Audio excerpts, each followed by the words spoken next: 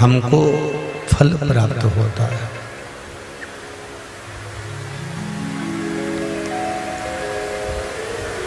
आप रोज प्रयास करें, रोज विचार करें, रोज जाने का मन बनाएं, तो भी आप सत्कर्म की ओर तो नहीं जा सकते।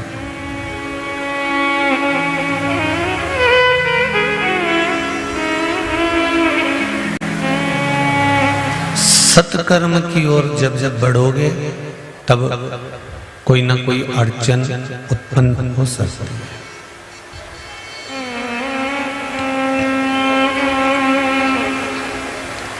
बेकार काम के लिए जा रहे हो, बेकार कर्म के लिए जा रहे हो, तो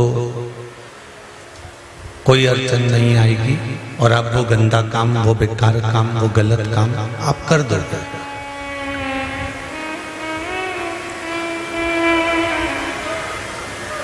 भजन, कीर्तन, स्मरण, मंत्र जाप, भगवान का पूजन, इसमें अड़चन आने का एक कारण है कि आपका जो पाप है वो इतना बलवान हो जाता है कि वो चाहता है कि ये आगे बढ़कर और पाप करना करे।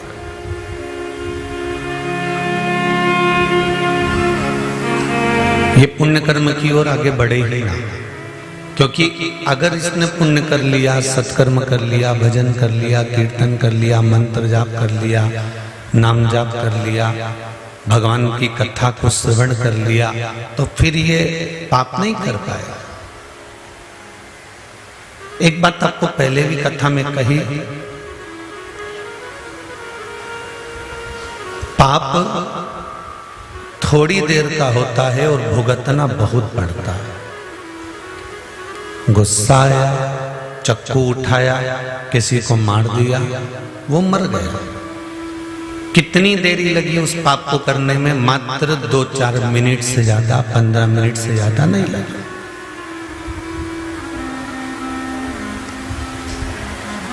चार मिनट, 8 मिनट, 15 मिनट, 20 मिनट आपने चक्कू उठाया, मार दिया, वो मर गया।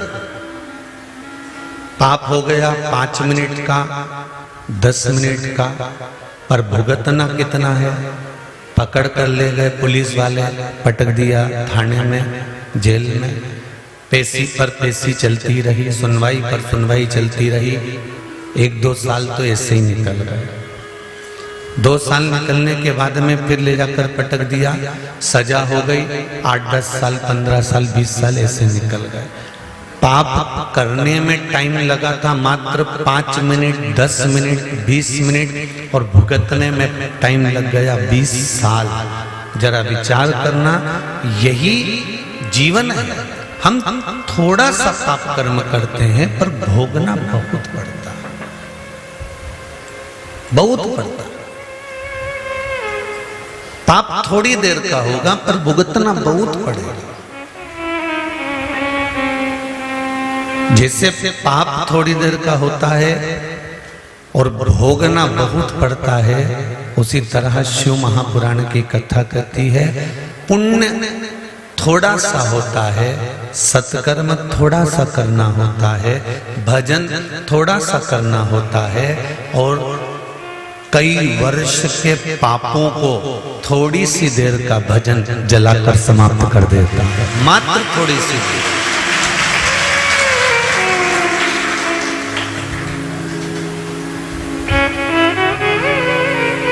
आज यहाँ से 12-15 किलोमीटर दूरी पर अमलाय गांव है।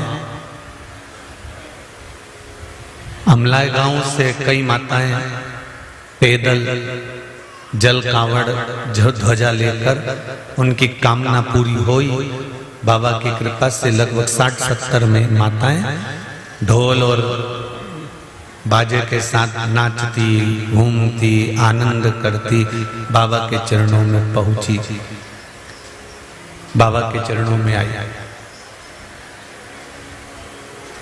उनके हृदय पर, उनके चित्त पर, उनके स्वरूप पर, उनके चेहरे पर एक अलग मस्ती थी, आप लोग अगर यहाँ होंगे उस समय पर तो आपने देखा होगा,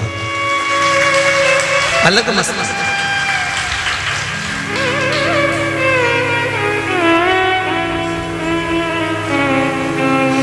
और हमें तो देखकर ऐसा लग रहा था कि सारी की सारी राजपूताना के घर की थी, ऐसा लग रहा था, महसूस हो रहा था।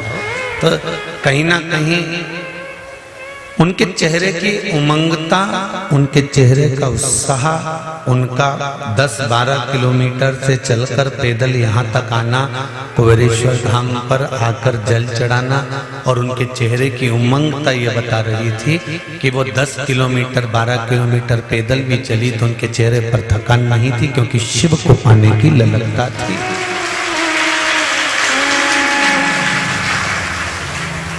और जितने कदम चलकर ये कुबेरेश्वर धाम तक पहुंची हैं, हम तो कहेंगे उतने कदम इनको पेन और कॉपी से लिख भी लेना चाहिए।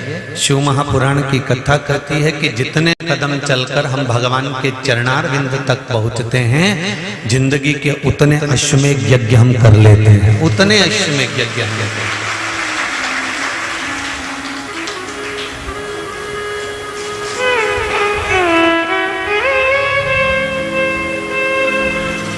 हम उसकी चौखट तक चलकर जा रहे हैं, हम उसके दरवाजे तक चलकर जा रहे हैं। कुछ थोड़ी देर का किया गया पाप हमारे 20-25 साल नष्ट कर देता है, हमको बार बार तकलीफ भोगना पड़ती है। और थोड़ी सी देर का किया गया पुण्य ना जाने कितने वर्षों के पाप को समाप्त कर देता है। इसलिए भगवान शंकर के धाम पर जाना, शिव के चरणारविंद पर जाना, भगवान की भक्ति में जाना, उनके स्मरण में जाना, उन पर एक लोटा जल समर्पित करना, ये हमारे पूर्व के किए गए पापों को नष्ट करने का एक फल स्वरूप प्रागट्य भाव है। कई लोग यहाँ पुण्य कमाने आते हैं तीर्थों में, कई लोग पाप कमाने आते हैं। कल भी ना जाने कहां की चोटायानों आ गई थी, ना जाने कितनों की चेन और मंगल सूत्र चले गए थे। आप लोगों से भी निवेदन है, पहचान तो पाते नहीं है कि कौन कैसा है, इसलिए हम कुबेरेश्वर बाबा की धरा से आप लोगों से हाथ जोड़ जोड़ कर निवेदन करते हैं कि किसी भी तीर्थ में जाओ या किसी की भी कथा में जाओ, गले में सोने का सामान पहनकर मत जाओ। अगर जा रहे हो तो सिर पर पल्लू या बेटियां हो तो गले में रुपट्टा इस तरह से डाल लो कि आपकी कोई वस्तु किसी के हाथ में ना लगे, इसका ध्यान रखो। चाहे प्रशासन हो चाहे समिति हो, सबके पीछे पीछे तो नहीं जा सकते, ना किसी के पीछे कैमरा लगा सकते हैं कि एक व्यक्ति के पीछे कैमरा लगा, किसी को पहचानते नहीं। अपनी सुरक्षा अपने को स्वयं करना।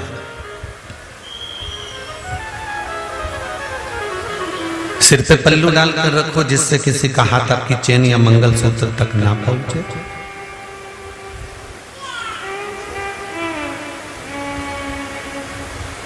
सब आते हैं बाबा के लिए, कोई अच्छा आएगा तो कोई बुरा आएगा, सबका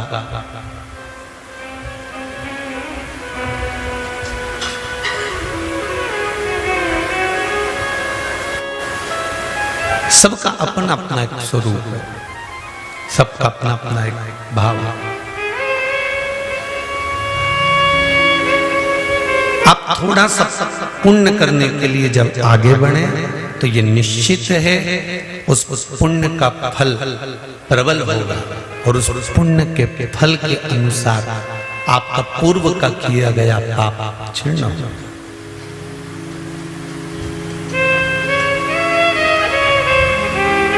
एक प्रश्न सामने खड़ा होता है, क्या मनुष्य को जो दर्द सहन करना पड़ता है, मनुष्य को जो दुख सहन करना पड़ता है, वो दुख वो दर्द क्या संसार में जितने जीव हैं, जलचर थलचर वायुचर, इनको भी सहन करना पड़ता है? तो एक बात पहले तो अच्छे से समझ लो, जैसे आपके और हमारे हृदय के अंदर जो आत्मा है, जो मन है, जो चित्त है, जो वृत्ति है, जो जीव, जो मन, जो वायु हमारे भीतर है, आत्मा मन हमारे भीतर है, वैसा की वैसा ही मन, वैसी की वैसी आत्मा।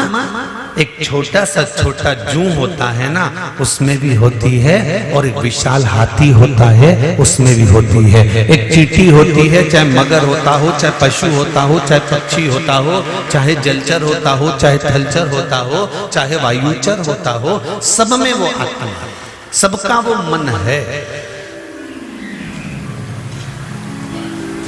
सबके भीतर है। बस आपको और हमको भगवान ने वाणी दी है, इसलिए हमें दुख आता है ना, तो हम रोकर सबको कह देते हैं। पर जब चींटी, झिंगुर, खटमल, मच्छर, मछली, जलचर, पक्षी, चिड़िया, पशु, बंदर आदि आदि जितने भी जीव है ना, जब इनको कष्ट आता है ना, तो ये किसी से कह नहीं पाते, क्योंकि इनकी वाणी हम समझ नहीं पाते। ये रोते जरूर हैं, ये रोते हुए दिखते जरूर हैं। अगर इनके अंदर आत्मा नहीं होती, मन नहीं होता, तो जरा विचार करो, एक बानर का बच्चा जब मर जाता है तो बंदर दूर खड़े होकर देखता रहता है। एक कुत्ते का बच्चा मर जाता है तो माँ, उसकी माता भी आंख से आंसू बहाती है। एक हिरण का बच्चा भी मर जाता है तो हिरण भी आंख से आंसू बहाता है। एक हाथी का बच्चा पानी में फंस जाता है तो हाथी चिंगाड़ कर उसको बाहर निकालने का प्रयास करता है। एक मछली का छोटा सा बच्चा भी अगर मरता है तो मछली की आंख में आंसू बह जाता है।